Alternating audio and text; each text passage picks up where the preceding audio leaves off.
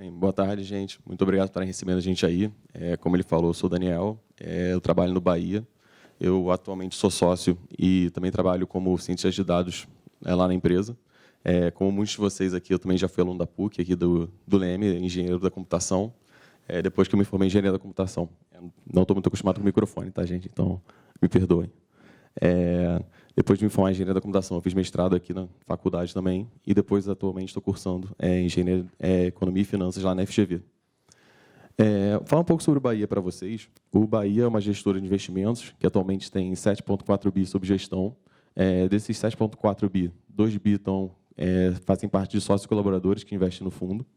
A gente é uma casa bem grande, comparada a diversas casas do mercado. A gente tem 96 colaboradores e a gente é uma casa de longa data já. A gente tem 40 anos de experiência no mercado. É bem difícil ver isso por aí. O Bahia, a gente acredita que a gente tem tanta duração e tanto tempo assim, a gente está no mercado e é tão bem sucedido, porque a gente faz um investimento muito forte em pessoas.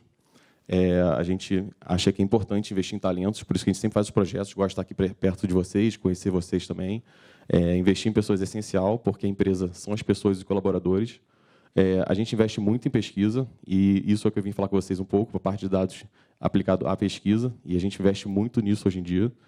E, naturalmente, é muito importante que a empresa tenha um alinhamento de interesses. Como eu falei, dos 7 bi que a gente tem sob gestão, 2 bi são de sócios colaboradores, então mostra um forte elemento nosso com os nossos cotistas. Então, o interesse máximo nosso que a gente tenha uma ótima rentabilidade no fundo. Essa parte introdutória, naturalmente, é só para mostrar um pouco sobre a nossa empresa, né? A gente, como eu falei, tem 96 colaboradores e boa parte deles estão na parte de gestão e pesquisa, que é uma casa bem grande, investindo, que a gente investe muito nessa parte. Isso aqui é só uma lâmina rápida para passar. O Maraú é o nosso fundo carro-chefe. A gente abriu ele em 2012, em dezembro. É um fundo bem antigo, a gente tem ótimos rendimentos ao longo do tempo. E a gente acredita que isso acontece porque a gente investe muito em pesquisa. E é isso que faz a gente ter sucesso de longo prazo. Eu não sei se vocês sabem como é que funciona o fundo de investimento. Alguns de vocês devem conhecer, outros não. Naturalmente, é muito importante você ter discussão de cenário, montar cenário. E como é que a gente faz isso? A gente tem uma área de pesquisa que faz modelos econométricos, estuda as variáveis, vê como é que está o cenário. A gente discute com a mesa e constrói qual a probabilidade de ter um cenário X, Y, Z, o que vai acontecer para frente. E, a partir daí, a gente avalia, tá bom, como é que esse cenário impacta o preço dos ativos? E aí, uma vez que a gente vê os impactos no preço dos ativos, o que a gente acha que vai acontecer para frente, a mesa constrói o portfólio. Legal. Eu falei para caramba aqui de como é que funciona uma gestora, eu apresentei sobre a gente, mas não falei sobre dados, né? Onde é que dados entram em tudo isso? Bem, como eu falei, pesquisa é essencial para a gente acha que a área de dados no Bahia tem que ser muito próxima à área de pesquisa. Então, a nossa área de dados no Bahia, ela serve como prestadora de serviços para a área de pesquisa, tanto a área de micro e macro. Não sei se vocês sabem como é que é dividido numa gestora as áreas de pesquisa. Micro, geralmente, a gente separa na parte de análise de empresas e commodities. E a área de pesquisa macro, a gente separa inflação, atividade, política fiscal e balanço de pagamentos. Agora, como é que a gente presta serviço para essas áreas? Como é que a gente faz para gerar retorno para a empresa? A gente, como área de dados, a gente faz 4 coisas, basicamente. A primeira delas é a coleta de dados. Disponibilizar de forma rápida, fácil e eficiente dados para os analistas poderem analisar. Se um analista tem uma série histórica de 40 anos de dados que ele quer baixar de um site, que não dá para copiar e colar, que é difícil de pegar ou interpretar, ou então até às vezes baixar uma base de dados de 5 mil dados, 5 milhões de dados, sei lá, 300 mil séries, como é que a gente faz para disponibilizar isso para a pessoa? A gente vai lá com uma área de dados, ajuda ele, e às vezes, sei lá, em 5 minutos você resolve para ele uma coisa que ia demorar para um estagiário, sei lá, 2 dias batendo dado na mão, com ainda a possibilidade de ocorrer um erro, né? Fora isso, a gente faz a parte de automação de processos, que é bem genérico isso, né? Mas é basicamente pegar tudo que você faz no dia a dia e tornar automático. Como é que você faz isso? Não sei se vocês conhecem Asset, muitas assets antigas, muita coisa é feita em VBA, em Excel, muita estrutura montada. E tem um monte de coisa que você fala, já está automatizado, já está lá no VBA, já faz, já roda. Mas VBA é uma coisa lenta, demorada e pesada. Então, muitas vezes, isso quebra os códigos, assim, as coisas não funcionam. Então, vou dar um exemplo. Lá no Bahia, a gente tinha uma rotina que rodava em, sei lá, 2 horas. Todo dia de manhã, o analista chegava, pegava 1 hora, tinha que rodar a rotina. A gente simplesmente pegou e falou, olha, essa rotina leva 1 hora para ser executada. A gente pega, automatiza ela toda e, em vez de o analista ter que demorar 1 hora por dia rodando aquela rotina, ele chega de manhã cedo, tem um e-mail para ele, bonitinho, e vai ter tudo formatado antes dele chegar no trabalho. Então, a gente economiza todo dia 1 hora para ele e a gente consegue, assim, ganhar, depois de automatizar 10 rotinas, um dia de trabalho para o nosso analista, né? Então, construção de indicadores. Bem, isso aqui é bem autoindicado, né? Assim, a gente constrói indicadores de inflação, indicadores de sentimento. Eu vou mostrar mais para frente alguns casos que a gente montou. E, por fim, uma coisa que a gente faz para as áreas de pesquisa é parte de divulgação e visualização de dados. Isso aqui parece que é trivial, mas não é. Você pegar uma divulgação de inflação, por exemplo, que vem 500 séries, e conseguir consolidar em 5 dados, uma tabelinha resumida, 2 gráficos, e falar, olha, esse dado veio mais forte, mais fraco, por que ele veio mais forte, por que ele veio mais fraco, como é que isso impacta no mercado, é uma coisa assim, importantíssima, você conseguir, em milésimos de segundo, dar essa informação para o analista. Legal.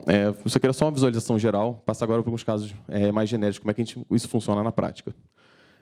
Não sei se vocês conhecem no mercado, vocês podem investir no Tesouro Direto, que eu acho que é uma coisa bem tangível para muitos de vocês, se algum dia devem investir. O Tesouro Direto ele disponibiliza para vocês alguns títulos, como a LTN, que basicamente é um título... Vamos lá, o Tesouro Direto, o que é? Você compra títulos de dívida do governo. O LTN, que é um título de dívida do governo, ele te paga um valor, uma variação pré-fixada, ou seja, vai te dar, sei lá, 10% ao ano até o seu vencimento. Então, se você comprar hoje um título e de duração de um ano, com 10% de rentabilidade, ele vai me dar 10% ao ano. Aqui, no caso, eu botei em vermelhinho um título que vai me pagar de juros um ano à frente. Esse aqui é um dado antigo, né, 2019. E aqui é a rentabilidade desse título pré-fixado. Tem outro título que vocês podem comprar também no Tesouro Direto, que é a NTNB. O que é a NTNB? Para que vocês não sabem, é um título pré-fixado que também te dá uma rentabilidade, por exemplo, 5% ao ano, mais uma inflação no período.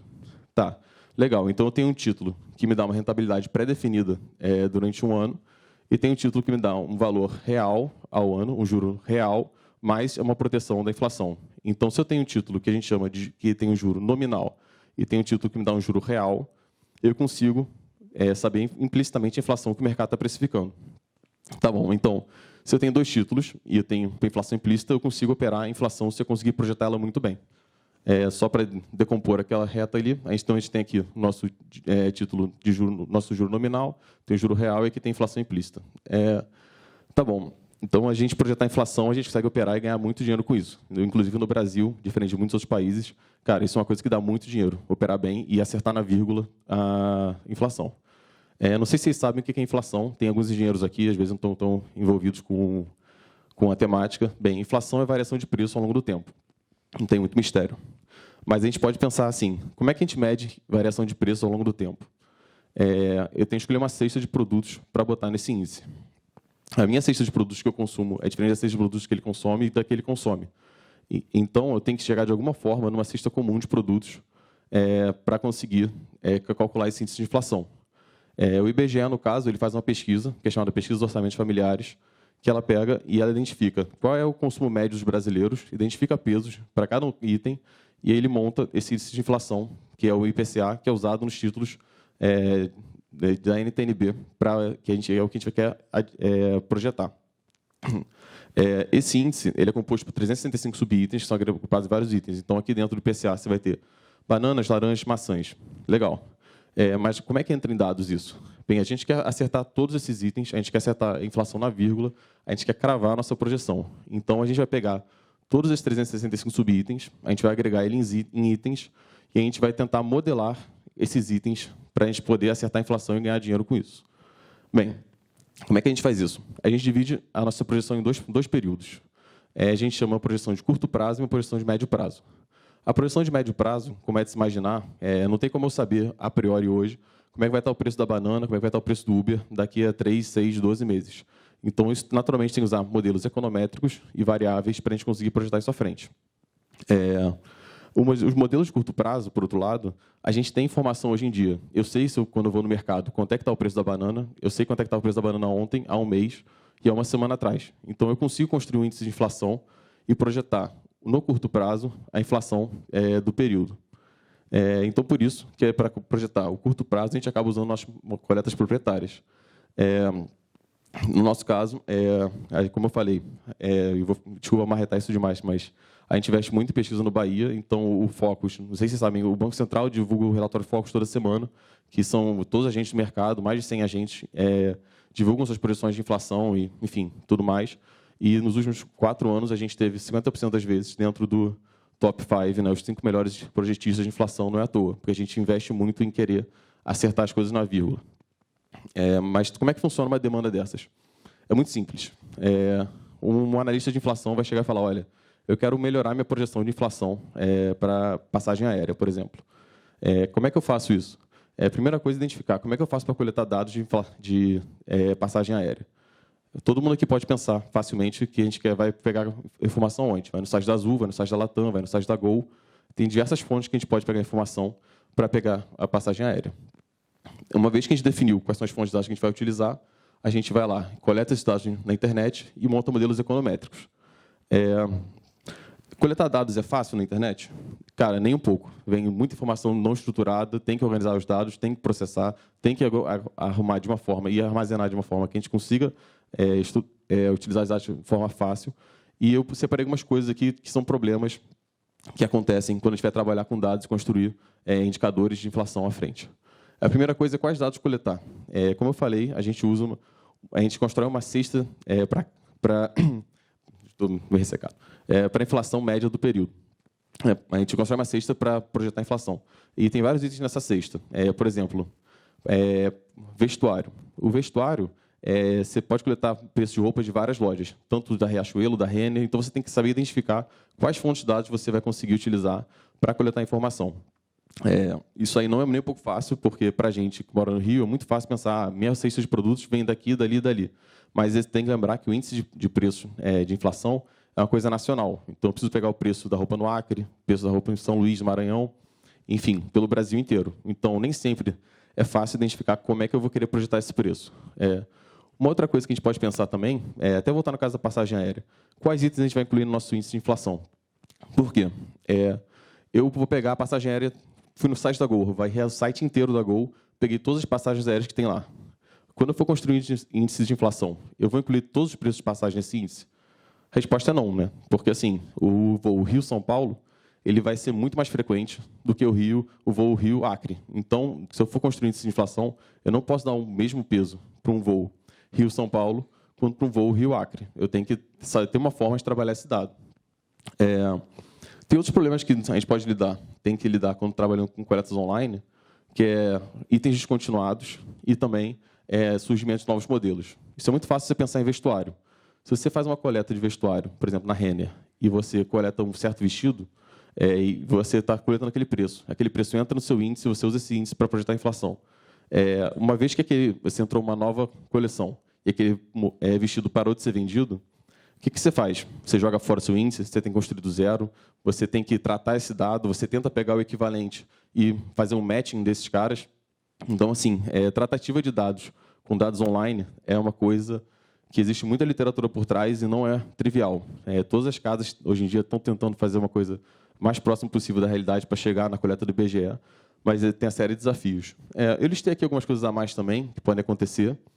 Tanto a parte de promoções relâmpagos, que vocês são usuários de internet, devem saber. Volta e meia você abre no site, tem uma promoção de 20%, sei lá, caiu 20% o preço da roupa. Pô, essa promoção aconteceu na loja física? Não aconteceu? Eu boto no meu indicador de inflação? Não boto? Se eu botar, será que eu vou errar a inflação? E se eu errar a inflação, quantos milhões eu vou perder? Então, assim, eu tenho que pensar muito bem antes de botar qualquer coisa dentro do meu índice para eu não perder dinheiro com uma decisão errada que pode acontecer, uma coleta errada. E, naturalmente, como a gente está falando de coleta de preço online aqui, é uma coisa que é muito chata e que pode acontecer muito. Primeiro, detecção de robôs. A gente tem que se preocupar em não ser detectado como robô, a gente tem que simular que é um usuário real. Isso nem sempre é trivial. E também a gente tem que se preocupar se um site mudar. Às vezes os sites mudam, a gente tenta fazer simulações de usuários utilizando o site, e aí quando o robô quebra, você pode falar, pô, legal, um site quebra uma vez a cada ano. Sei lá, a loja Renner muda o site uma vez por ano. Legal. Se eu tenho um robô, é fácil. Se eu tenho 100 robôs rodando em 30 países diferentes, começa a ficar mais chato, né? Nem todas as línguas a gente fala. Dá trabalho. Enfim, inflação é um tópico muito importante para ganhar dinheiro. Você fazer isso bem, conseguir construir índice de inflação, criam vantagens comparativas. Eu mostrei para vocês um pouco do como é que a gente faz isso. E uma outra coisa que é muito relevante, que não é só inflação, é política. Muita gente acha chato, mas é muito importante para o mercado acompanhar de perto a política. A política tem 3 componentes no Brasil. O executivo, né, o presidente Bolsonaro atualmente, A gente tem o Judiciário, que é o Supremo Tribunal Federal, e a gente tem o Congresso, que tem a Câmara dos Deputados, que tem 513 deputados, 23 partidos, e a gente tem os senadores, que são 17 partidos, e um senador sem partido. Naturalmente, é importante acompanhar todo mundo. O presidente manda um monte de projeto de lei, fala um monte de merda. A gente tem o Supremo Tribunal Federal, que a qualquer momento pode desfazer qualquer coisa no Brasil. E tem a Câmara dos Deputados, que tem 600 caras que a gente tem que acompanhar. Bem, o que a gente pode tentar fazer aqui? Cara, a gente pode tentar acompanhar os 600 caras de uma forma muito eficiente e tentar criar informação com isso. Como é que a gente pode fazer isso? Cara, a gente tem que primeiro pensar onde é que eu posso pegar dados para criar alguma coisa de informação desses caras. A primeira forma de eu tentar pegar informação é quais meios de comunicação esse cara fala. Eu posso pegar todos os jornais do Brasil, Globo, Estadão, Valor, Gazeta, Folha de São Paulo. Posso ver o que esse cara está falando no jornal, quem que entrevista esse cara, quem é o repórter que esse cara costuma falar. Eu posso ver também as redes sociais dele, Instagram, Twitter, Facebook, TikTok, com quem que esse cara fala, qual é o público dele, quantos seguidores ele tem. Então, se a gente, de repente, pode tentar gerar informação usando o que a gente chama de dados alternativos, que são dados que não são diretamente dados de mercado, mas que você pode tentar gerar algum tipo de informação a partir deles. Aqui, no caso, como eu falei, a gente vai tentar gerar informação a partir desses caras aqui, tanto mídias tradicionais quanto mídias alternativas. Mas o que a gente quer saber de informação daqui? Algumas coisas. A primeira, cara, esse cara ele é a favor ou contra o governo? Uma pergunta muito simples. É bom a gente saber isso, para saber se quando for ter uma votação, se esse cara vai votar junto ou contra o governo. Então, esse cara, ele fala bem ou fala mal do governo no Instagram, no Twitter? Esse cara mudou de posição nos últimos 3 meses? Ele falava mal pra caralho e agora está falando bem? É importante a gente saber isso, conseguir acompanhar de perto, se a gente quiser saber uma votação de uma pauta. Além disso, vamos supor, vai ter uma votação, reforma tributária no Brasil. Esse cara é a favor ou contrário? Ele fala bem? Ele está defendendo um ponto específico? O que ele está defendendo? Então, usando esses dados aqui, a gente pode tentar gerar uma certa relação entre os congressistas, né? Deputados e senadores. Aí, no caso, isso aqui é uma rede que a gente montou, um grafo da Câmara dos Deputados. Isso aqui são todos os deputados que têm os 513. A gente separa eles em partidos. Aí a gente normalmente classifica, a gente tem uma classificação interna nossa, que é uma pré-definição dos partidos que a gente acompanha. A gente separa em esquerda moderada, que é como se fosse uma centro-esquerda, direita e uma centro-direita. E tem outros partidos que claramente não têm uma direção certa, são partidos nanicos, às vezes tem 1 ou 2 deputados, então são pouco relevantes. Aqui a gente pegou todas as informações de rede social que a gente construiu, a gente pegou conexões entre os deputados, onde é que eles falam, meio de comunicação, aí chega nesse cara aqui. Graças a Deus, quando a gente montou, deu certo. Os caras de esquerda estão no extremo oposto dos caras de direita. Naturalmente, uma pessoa fazer parte de um partido não quer dizer que ele é 100% alinhado ao partido. Então, você pode notar que tem caras de direita que estão muito próximos da esquerda. Mas é interessante notar que, de fato, a gente consegue ver que a esquerda está isolada num canto, tem a direita no outro, tem os partidos de centro mais ao centro, e o centro-direita está mais para a direita e o centro-esquerda está mais para a esquerda. Mas, como eu falei, está todo mundo meio misturado aqui no meio. Isso é um tipo de informação que a gente pode ter. Conexões entre políticos. Será que isso pode ser útil? Talvez. Outra coisa que a gente pode fazer é tentar pegar, além dessa informação, misturar essa informação com votações. Como é que esse cara vota as pautas que ele tem no Congresso? Esse cara, ele é um cara que, sei lá, se tiver uma reforma tributária, ele vai votar a favor ou contrário? Então, a gente construiu uma base proprietária, que deu um baita trabalho para construir, por sinal, de votações, que a gente classificou várias votações e identificou como é que o deputado está votando e se ele é a favor ou contrário àquela pauta. E uma vez que a gente construiu esse índice, a gente construiu um indicador que a gente chama de indicador de alinhamento econômico, que é quase um grau de reformismo de cada deputado e cada senador. Assim, a gente pode ver que Fernando Henrique fez uma série de PECs, de fato, alto grau de reformismo. Segundo o governo do Lula, pouco reformista, faz sentido. A gente vai vindo para o governo Temer, vai voltando a ter que fazer mais reformas, o país estava quebrado. Bolsonaro, no início, isso aqui está defasado um pouco, tá, gente? Início do governo, alto grau de reformismo. Como quem acompanhou a política de perto sabe que, início do governo Bolsonaro, várias pautas foram aprovadas. Tá, mas por que importa acompanhar a política? Eu falei para caramba, não falei muito bem o porquê. O Brasil, para quem não sabe, quem não faz economia, tem um problema fiscal. Quem faz economia devia saber isso. O Brasil ele gasta mais do que ele arrecada há muitos anos. Todos os gráficos estão cortados até 2018. Se vocês repararem, aqui em 2014, o Brasil começou a ter uma coisa que a gente chama de déficit primário. Em resumo, a gente gasta mais do que a gente arrecada. E desde então, a gente começou a gastar, e não estava chegando a uma solução. Naturalmente, se você gasta mais do que arrecada, é fácil pensar num pai de família, a sua dívida começa a subir, E você precisa achar uma solução para isso, senão você vai quebrar. Para não quebrar, quando o governo Temer entrou, ele impôs uma coisa que a gente chamava de teto de gastos, que tentou conter as despesas. Vocês podem ver que a despesa começou a ser contida. Isso é o suficiente? Não. O Brasil ainda está na merda. Faz parte. E o que o governo Bolsonaro, quando entrou, teve que resolver? O teto de gastos ele é uma caixinha. Imagina uma caixinha. Essa caixinha tem uma série de coisas lá dentro de gastos. Só que no Brasil, para quem não sabe, a maioria dos gastos eles estão impostos por lei. Então, eles têm que crescer de forma orgânica, porque na lei está escrito que ele tem que ter um crescimento orgânico. Então, imagina que você tem uma caixa fechada, aí você bota um balão, tipo a Previdência, que todo ano ela tem um crescimento orgânico. Esse balão vai começando a inflar nessa caixa, essa caixa não expande, eventualmente tudo que está lá dentro vai ser comprimido. Então, você vai parar de ter investimento, sei lá, você vai ter que parar de pagar alguma coisa. A gente não sabe o quê. Para evitar chegar nesse ponto de não ter que pagar alguma coisa, no início do governo Bolsonaro, quem acompanhou, votação da Previdência. Então, para nós do mercado, era essencial saber se a Previdência ia ser aprovada ou não. Porque, assim, basicamente, o Brasil vai quebrar ou não vai quebrar. Então, a gente tem um puta framework de política que a gente deu um trabalho para caramba para montar, e a pergunta fica sendo, será que a gente consegue gerar informação com isso? Será que a gente consegue usar isso para alguma coisa? Bem, a gente não sei, mas pelo menos a gente vai tentar, né? A primeira coisa que a gente pode fazer é se perguntar, esse político que vai votar essa reforma, ele fala bem ou vai falar mal da reforma da Previdência? Cara, esse é o number one. Tipo, pô, esse cara está falando bem ou está falando mal? É de se imaginar que em política tem muita negociação por debaixo dos panos, então nem todo mundo vai falar publicamente o que ele acha da Previdência, se é a favor ou contrário. Mas isso aqui é uma proxy inicial. A gente pode pensar, legal, eu tenho uma classificação de partidos. Será que esse partido é de esquerda ou um partido de direita? Esse é um cara que está num partido que vai votar a favor ou vai votar contrário. O partido vai fechar a questão? Bem, como eu mostrei para vocês no grafo, isso é um bom indicador de orientação, mas, muitas vezes, os caras estão no meio do caminho. Então, só porque o cara é de partido de direita não quer dizer que, de fato, ele vai votar a favor da Previdência. Uma coisa que a gente pode pensar, a gente montou um grafo, né, de conexão em todos os deputados. Esse cara está conectado com quem? Com quem ele está conectado? É um cara que vai votar a favor? Vai votar contrário? É um cara que não se posicionou? Então, eu consigo fazer uma correlação para entender se esse cara provavelmente vai votar a favor ou contrário. Fora isso, eu mostrei no final que a gente montou um indicador de alinhamento econômico para todo mundo.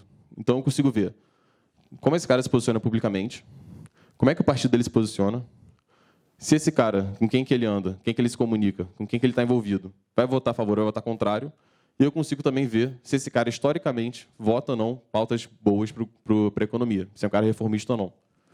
Então, usando todo esse framework, a gente tentou fazer uma projeção de votos para a Previdência por deputado. Aqui em verdinho são os votos a favor, vermelho são os votos contrários. Vocês vão ver que tem uns caras cinzas no meio do caminho, são caras que a gente, de fato, não conseguiu identificar posicionamento político para eles. E, assim, a gente acha que não faz mal para o nosso trabalho ter alguns caras não identificados, porque, para quem sabe, é obrigatório para a gente votar, mas para eles não é. E nem todo mundo vota, o pessoal falta às vezes, abstenção. Então, a gente chegou, no final, numa quantidade de 360 votos a favor para a Previdência, 145 votos contrários e 8 indefinidos. Na época, tinham 2 veículos de comunicação públicos que estavam fazendo também acompanhamento da Previdência.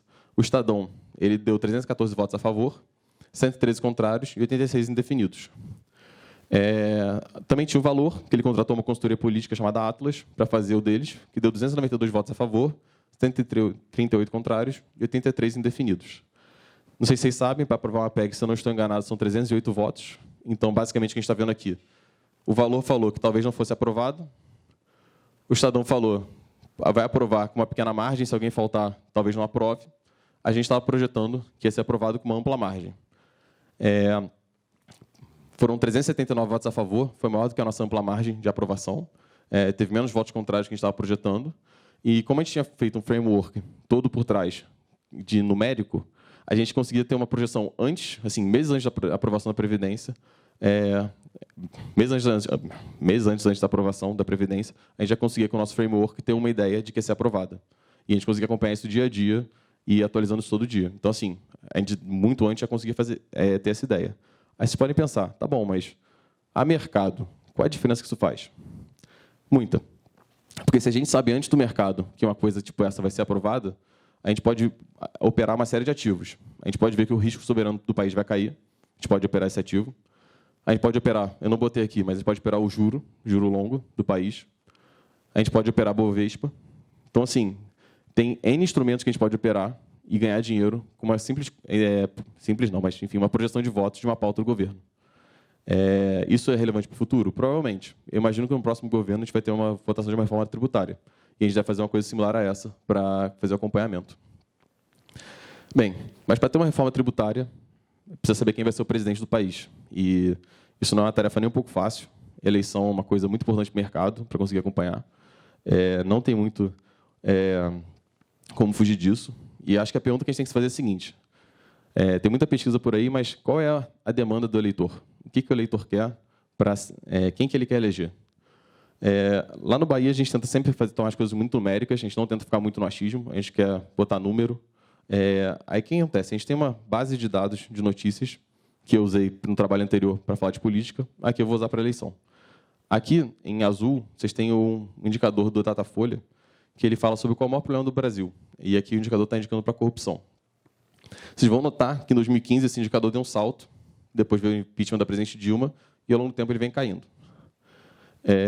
Aqui no fundo, em vermelhinho, tem o nosso indicador de notícias que a gente montou de corrupção. Bem, muito bom, ainda bem, mas o nosso indicador que a gente montou, ele parece refletir bem o que a gente está vendo no Datafolha, que é o que o brasileiro identifica como problema do país. Mas como é que a gente pode usar isso? Bem, olhar só corrupção não é o suficiente, mas a gente pode olhar temas que são associados a candidatos. Então, aqui a gente pode separar inflação, saúde e corrupção e violência, que são temas que são associados ao Bolsonaro.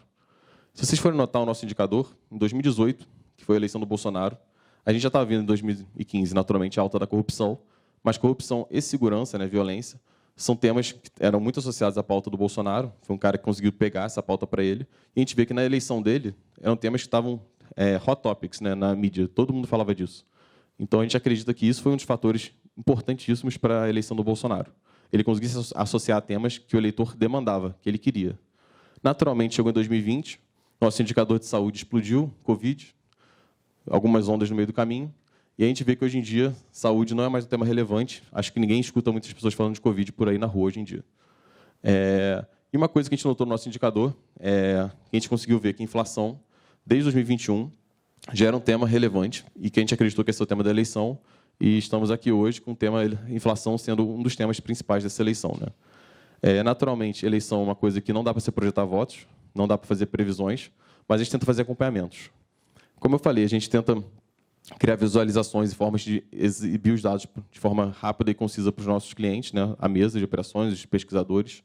Então, a gente construiu no Bahia um site interno que a gente usa. Aqui tem um monte de outras coisas que a gente faz, mas isso aqui é só um resumo da parte política. A gente acompanha todas as pesquisas eleitorais, a gente monta um agregador de pesquisas, tenta ver tendências e mudanças nessas pesquisas. Fora isso, a gente também contrata pesquisas proprietárias, que a gente tem análise de microdados, aberturas, a gente quer ver o voto que está sendo perdido por quê, por quem, e se a gente consegue explicar as movimentações. Esse cara não está atualizado até os últimos pontos, mas reflete próximo do que tem acontecido na realidade. Se vocês olharem esses números aqui, para quem olhar pesquisa eleitoral, vai ver que está um pouco diferente do que vocês veem na mídia, é que a gente trabalha com votos válidos, que faz mais sentido do que ficar olhando votos totais. Tá? Enfim, política era só uma passada rápida. Falar só agora, para finalizar um pouco, e antes de abrir para perguntas sobre o Bahia. Eu macetei isso aqui algumas vezes para vocês já, mas pesquisas e inovação fazem parte da nossa empresa. A gente investe muito nisso, a gente acha que faz parte do nosso core. Por isso que a gente faz tanto investimento na área de dados e tudo mais. A gente, enfim, é reconhecido no mercado por isso. Tem várias casas do mercado financeiro que vocês devem conhecer por aí, que vieram lá do Bahia e continuam aplicando os conhecimentos que eles aprenderam com a gente. E não só por isso que a gente entende que é muito importante para a gente estar próximo da academia, próximo de vocês, alunos também, para a gente poder sempre ter as melhores pessoas com a gente. Programas que a gente faz o programa de Summer Job, para quem não sabe, que a gente sempre tenta pegar pessoas que querem vivenciar a experiência durante um mês numa asset, a gente pega projetos com essa duração e bota os alunos para fazerem esses projetos. Geralmente os projetos são bem legais, o pessoal que faz gosta bastante. E a gente começou agora no Bahia um projeto novo, começou na segunda metade do ano, que é o estagiário bolsista, que a ideia é pegar alunos que não podem estagiar com a gente, ou que tem, por motivo que for, seja por questão de carga horária, ou postar em outro lugar, e a gente pega projetos pré-definidos, com uma carga horária definida, entregas definidas, E...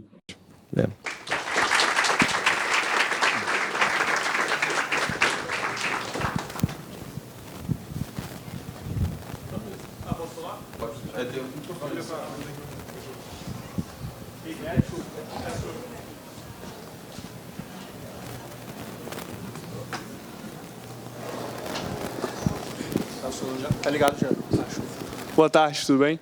No começo você comentou que vocês têm por volta de 96 colaboradores. Aí eu queria saber quantos estão voltados para a ciência de dados nessa parte de pesquisas e quanto tempo mais ou menos vocês demoram para construir um modelo, seja de inflação, de política ou de qualquer sistema que vocês usam na Bahia. Tá, vamos lá. Eu vou voltar aqui um pouco, então. Tá. Acho que vou responder com um número melhor do que falar de cabeça.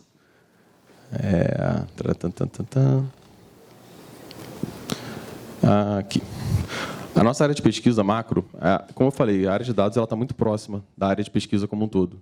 Então, ela está mesclada nessa área de pesquisa. Então, a gente tem total na área de pesquisa macro 15 pessoas, também tem área de pesquisa micro. Bom, tem área de pesquisa micro também, que tem, não sei quantas pessoas de cabeça, mas bastante gente. Como eu falei, é uma área bem robusta. A sua segunda pergunta era... Quanto tempo leva para a criação de... Cara, não tem tempo definido, isso não existe. Tentativa e erro. A área de pesquisa, para quem não sabe, vai fazer muita coisa, vai ter muita coisa que vai dar certo, muita coisa que vai dar errado. Tem coisa que você vai fazer de primeira, vai dar certo pra caramba, você vai falar, caralho, gabaritei. E tem coisa que você vai ficar um mês trabalhando para ter um bom resultado. Porque aquele negócio, cara, vai ter coisa que você vai fazer 10 vezes até conseguir ter um bom resultado, né? Obrigado.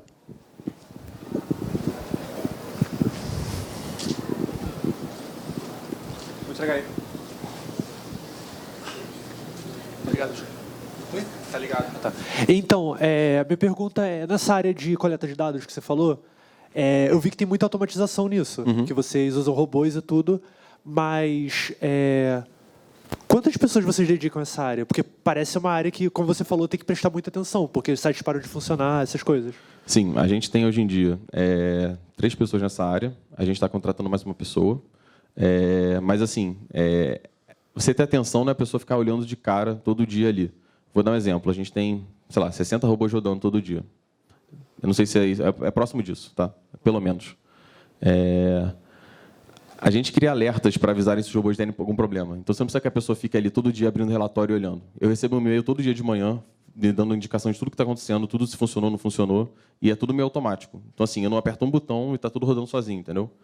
Se alguma coisa falhar, eu vou saber, e aí para lá rapidinho, resolve, depois volta à vida normal.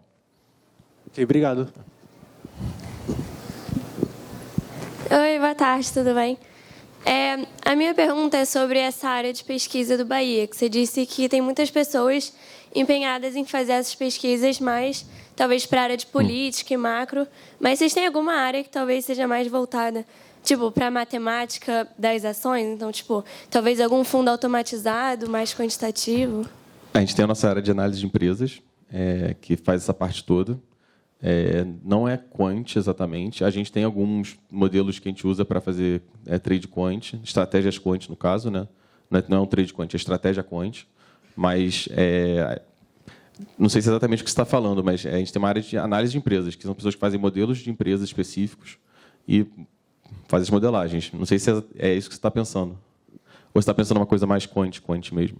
Tipo, vocês têm algum fundo que roda completamente automatizado? Não. A gente acha que as ferramentas que a gente tem de data science servem como apoio para a nossa tomada de decisão. Obrigada. Alguém quer?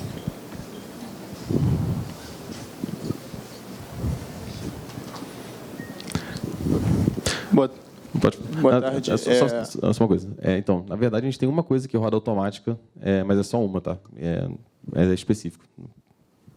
Boa tarde. Primeiro, obrigado pela palestra. Eu sou da Liga. Em várias áreas do mercado, a academia e essa parte mais prática são bem separadas. Nessa área mais de ciência de dados, isso talvez não seja tão verdade. Aí eu queria perguntar quão importante é no dia a dia de vocês esse lado mais acadêmico, com o uso de papers e outras coisas para vocês fazerem esse trabalho que vocês fazem. Tá. Então, eu vou separar em 2 partes, tá? A primeira é a seguinte, eu acho que...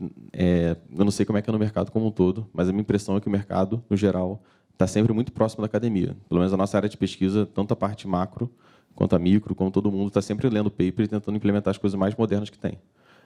Isso é a parte de pesquisa como um todo. Na área de dados, a gente tenta procurar muitos papers que têm relacionamento com a parte econômica e alguns outros que fazem coisas com dados alternativos, tentando usar parte de processamento de linguagem natural, enfim, deep learning, tentar implementar umas coisas diferenciadas.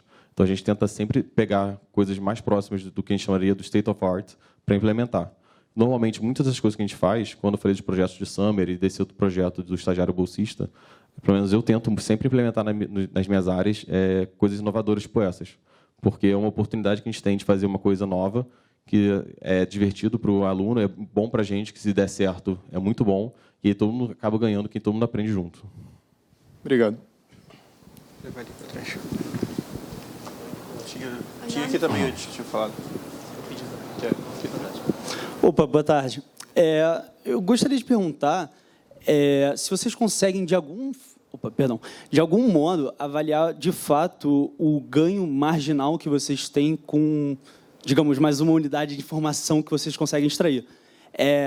Porque, assim, a questão qual é de fato, se vocês ganham valor à medida que vocês adicionam mais informação, ou se vocês conseguem, com a informação que vocês têm, com a informação que todos os players do mercado têm, fazer alguma coisa diferente.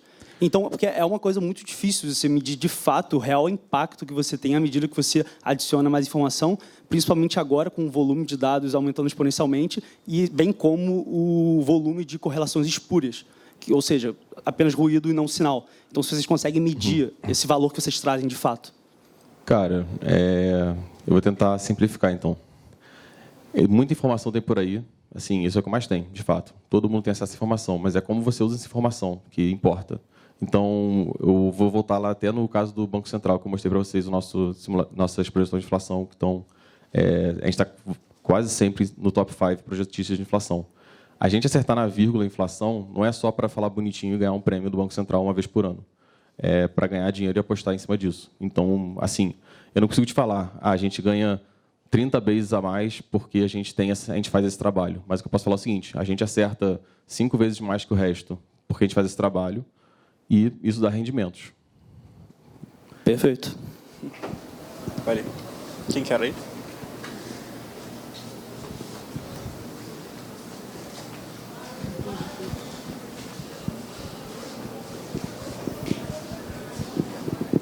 Boa tarde, Daniel. Obrigado aí pela apresentação. A minha dúvida é em relação ao processamento dos dados sobre políticos. Você havia falado sobre fazer a previsão de aprovação da reforma. Você até mencionou o processamento de linguagem natural. Eu queria saber como é que foi o desenvolvimento desse algoritmo. Porque, assim, eu imagino que é um tema que não é muito normal, né, para ser processado. Não sei se tem muito estudo acadêmico sobre. E as palavras podem ter um pouco de dificuldade de ser implementadas no algoritmo. Como é que foi essa implementação? Cara, eu vou te falar duas coisas. Então, eu não posso abrir como é que é feito o algoritmo, naturalmente, mas eu posso te falar que tem muita coisa sendo assim feita hoje em dia com processamento de linguagem natural, tanto para mercado quanto fora. Cara, tem muita coisa que foi a partir de 2018, se não me engano, 2016, com os transformadores. Não sei se é de computação ou não, mas tem muito paper sobre o assunto, muita coisa moderna vindo aí, cara. Assim, muita coisa de deep learning sendo feita. Não sei se alguém aqui é de computação ou não, mas é uma ótima área de pesquisa.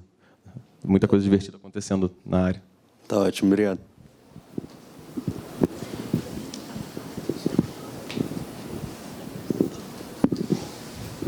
Opa, boa tarde. Então, eu sou membro aqui agora do Núcleo de Ciência de Dados, dos alunos de Economia da PUC-Rio, algumas outras pessoas aqui em volta também. E como a gente trabalha bastante com economia e com análise de dados, eu queria te fazer uma pergunta que, enfim, eu acho que bem importante nesse aspecto.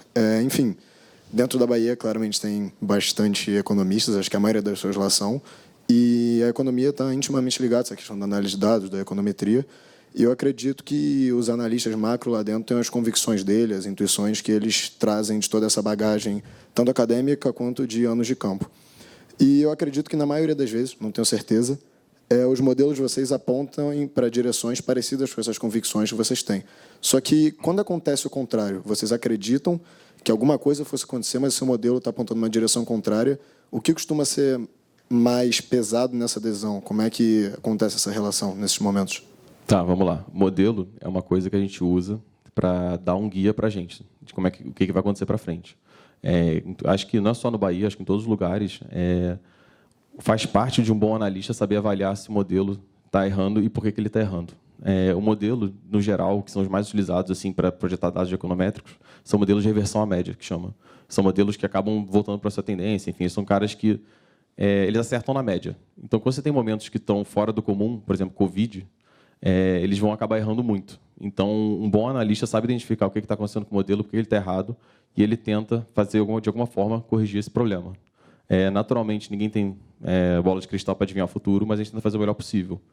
Uma coisa que a gente tem explorado um pouco no Bahia é trabalhar com modelos não lineares, para tentar justamente usar a parte de dados a mais para gerar mais informação. Tá bom, obrigado.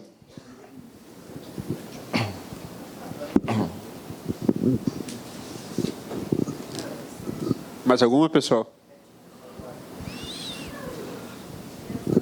Opa, boa tarde. É só para saber qual linguagem que vocês usam para a programação. Eu vou responder, Python e R que a gente usa, majoritariamente para programação, mas eu acho que a linguagem de programação é mais um utensílio. Assim. Eu não me apegaria muito à linguagem, mas o Python está em hype no mercado, é o mais usado. Tá bom, obrigado. Alguém quer fazer mais alguma? Então, tudo certo, pessoal. Então, eu acho que a gente já deve estar encerrando esse painel. Se quiser fazer algum fechamento. Não, só agradecer de novo a todos, espero que tenham gostado do painel. Se quiserem mandar qualquer mensagem para mim, falar, tipo, eu queria tirar uma dúvida, como é que foi sua carreira, como é que você foi parar no mercado financeiro, eu sou um cara de computação, então também caí meio de paraquedas, estou com uma dúvida, não sei o que eu quero fazer para frente. Cara, manda mensagem, pode falar comigo, assim, sem nenhum problema, só debater se quiser, tirar dúvida. Se tiver com vergonha de perguntar aqui, pode perguntar na saída também, sem nenhum problema, tá, gente? Fiquem à vontade. Muito obrigado.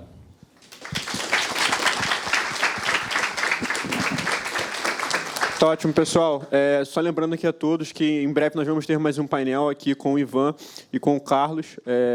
Mas antes a gente gostaria também de sortear um livro aqui para a gente finalizar. E lembrando a todos que logo após, recomendamos a todos que passem ali nos estandes que temos das empresas, inclusive do próprio Bahia. Qual o número?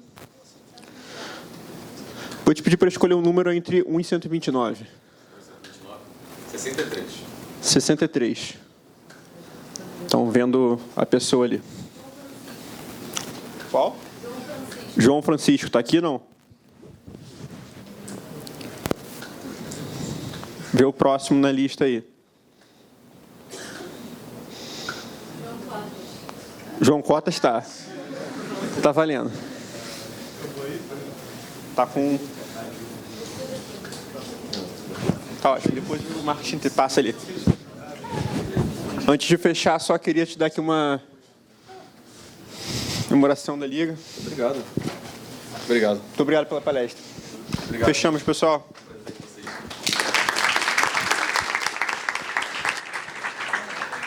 Pessoal, só para encerrar, eu convido vocês a seguir a gente nas nossas redes. Lá a gente está sempre divulgando